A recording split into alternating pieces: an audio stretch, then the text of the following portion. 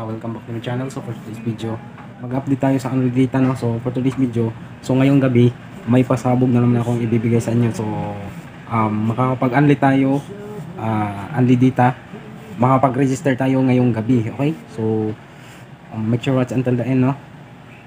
Ituro ko ngayon yan, makapag-register tayo. One click lang. So 30 days 299, Unli Data 299, okay? So watch and learn, guys. May pasabog si Smart ngayon na dapat yung malaman, okay? So shout out kay Palpak na welder, okay? So sa gustong pa-shout out, guys, comment lang kayo. Tara!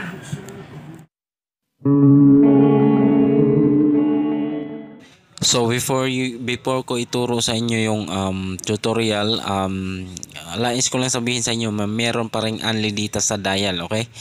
Sa mga selected SIM lang. So sa mga selected SIM is meron pa tayong Unli Data. So as you can see, magre-renew tayo, okay? So meron tayong load. So ayan, guys, merong 299, merong 99. Pero make sure watch until the end kasi nasa dulo yung ibibigay ko sa inyo na link paano mag-Unli Data register for today's lang.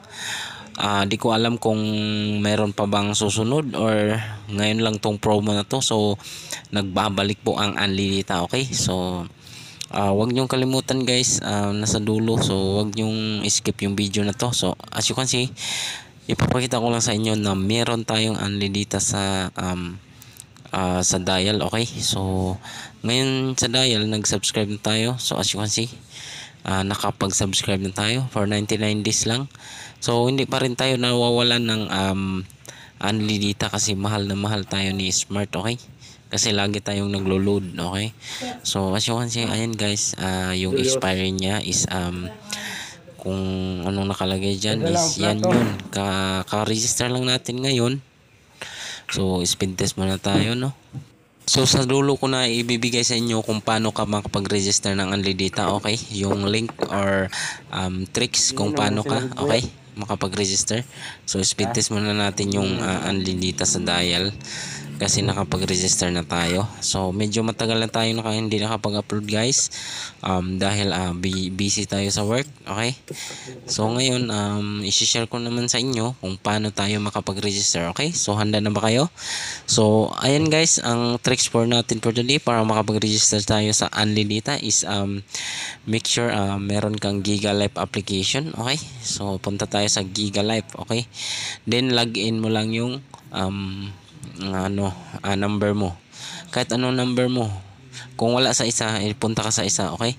So as you can see, meron diyang pag open mo pag login mo, kung hindi ka pa naka-login, mag-register ka, okay?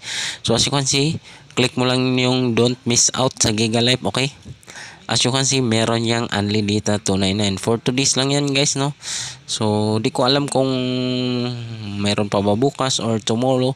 Si Smart lang nakakaalam dyan. Pero don't forget to subscribe na yung channel para marami tayong update. So subscribe nyo lang, guys, legit na legit yan, okay? So thank you for watching. So at dahil may Unli pa ako, so hindi ako makapag-subscribe.